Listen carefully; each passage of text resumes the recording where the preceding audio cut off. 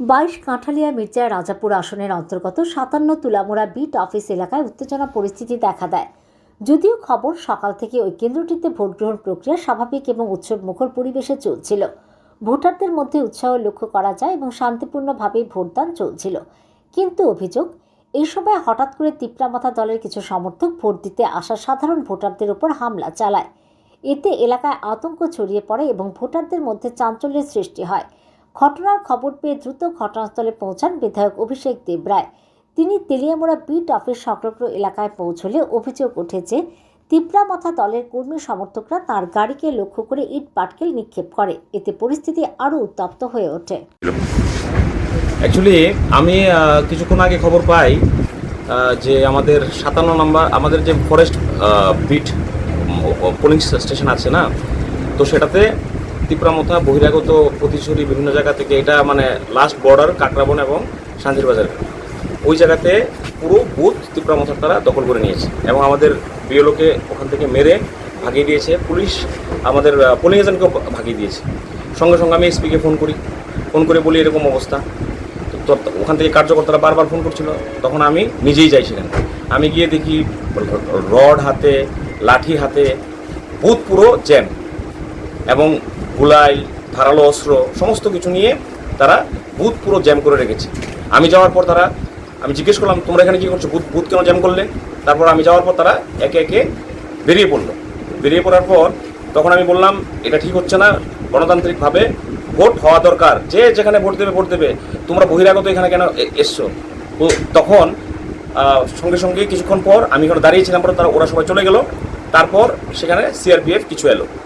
CRPF আসার পর তো আমি ভাবলাম ঠিক আছে, এখন সিআরপিএফ এসে বুথ দখলমুক্ত হয়েছে, আমরা বেরিয়ে পড়ব।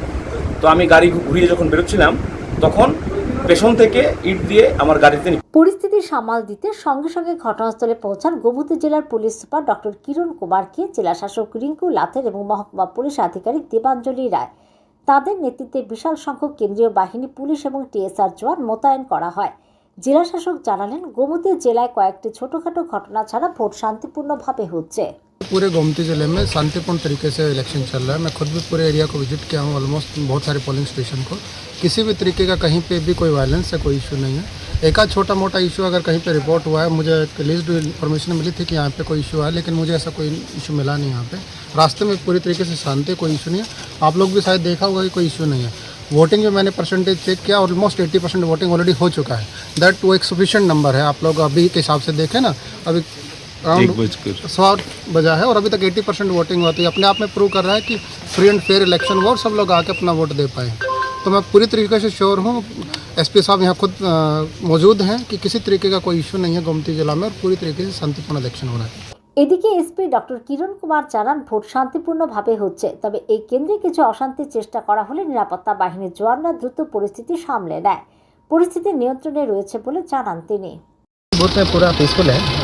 ये ऐसे एक घटना हुआ था इधर, कुछ लोग आके बूथ में एंट्री करने के लिए कोशिश किया, तो हम लोग इमीडिएटली एसडीपीओ, ओसी और सेक्टर ऑफिसर्स और सेंट्रल फोर्स लेके हम लोग इमीडिएटली आके उनको सभी को इधर से डिस्पर्स किया है।